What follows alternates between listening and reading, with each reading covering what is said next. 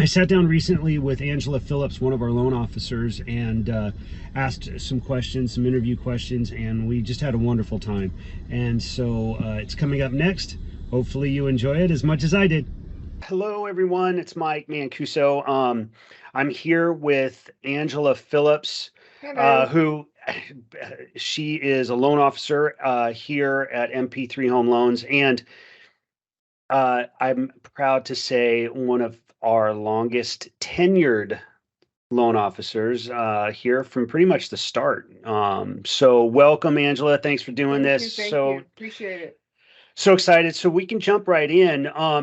You know, I want to ask, what's that one thing that makes a difference for you in your success?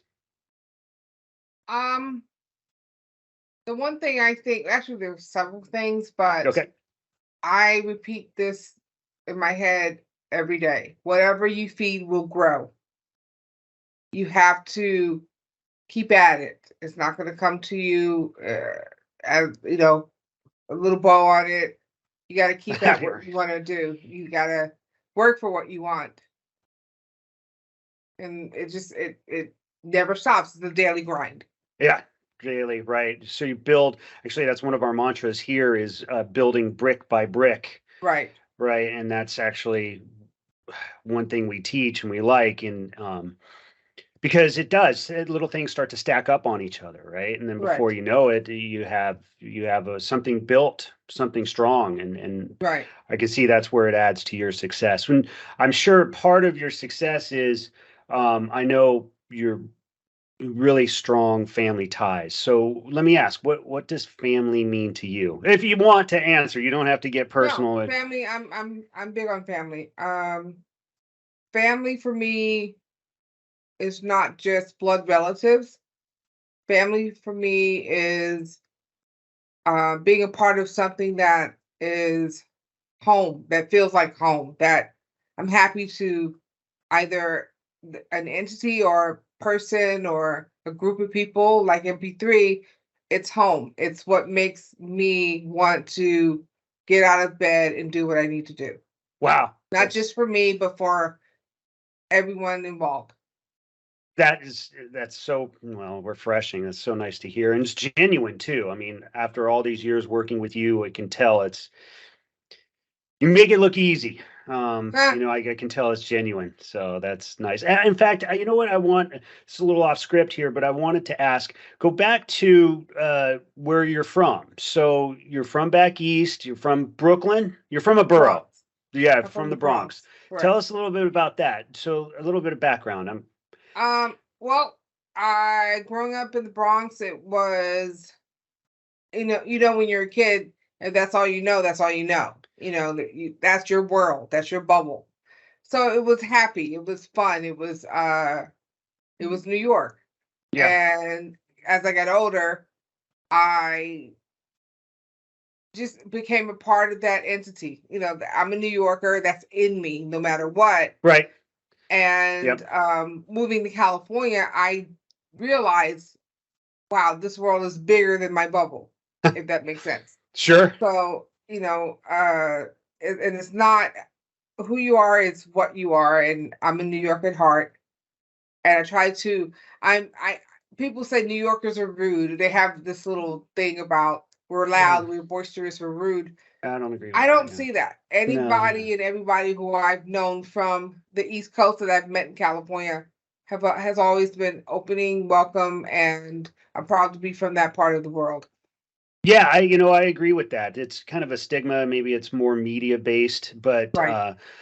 I've always found that anybody from the boroughs, there's a little bit more sophistication. Yeah. It's because probably because of the You got to amount grow of up quickly people. around, Yeah. certain areas. Okay. Right. You have to mature and Right. grow up quickly. And so But then when did if you're used to it, you're used to it. So you don't think that you're growing up. You just think, or, you become numb to certain things. It's that it is what it is. yeah, it's life. Yeah. It's normal. When did you come out here? When did you move Came out out to here California? early 90s, late 80s, early 90s, for school. Went to school under scholarship, and the scholarship program ended, so I just stayed. I don't like snow. So that was one of my So, main reasons. Cold weather and I don't mix. well, not anymore. I mean, Not you're anymore. still a New No. Yorker at heart, but like once you go back, my dad was from Minnesota, and then when he Okay. came out here, when he would go back, he's still in Minnesota. He's still at heart at Right. home, but he couldn't handle the cold anymore. That Right. leaves you for sure. Right. Yeah, Right. yeah. What's the biggest piece of advice you have ever been given? Uh, you become what you believe. Whoa, dig My that. mom told me that. If you believe in yourself, you become, and it also leads to another one of my mantras is you become what you believe. And if you have the power, well, you have the power to be that superhero in your life. You don't need someone else to push you up. Only you can achieve what you need to achieve by changing your circumstance. Some people tend to blame outside Yeah, forces, or see that a you can lot. only change your perspective. So you have to believe in yourself.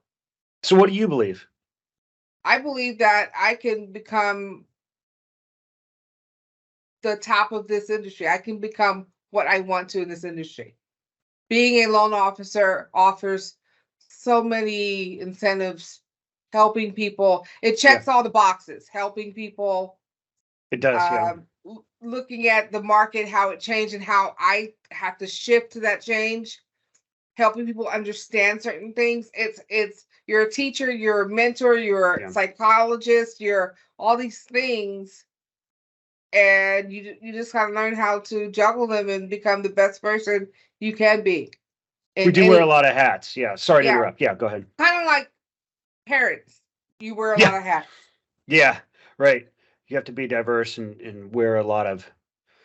You have to problem solve. Actually, that's really a good point. You know, being mature, Mhm. uh, having gone through a lot of different things throughout life, Right. it really helps. It really does, and part of this. And so, how do you keep track of your daily activities, like memos or um that's, well, writing? i i How do tend you stay I organized? I guess. Sorry. Go ahead. okay, I'm a Mhm. little ADHD or That's a good ADD. thing. That's it helps. I I sit here and I write down my daily schedule, what I need to do, and I give myself a time to do it.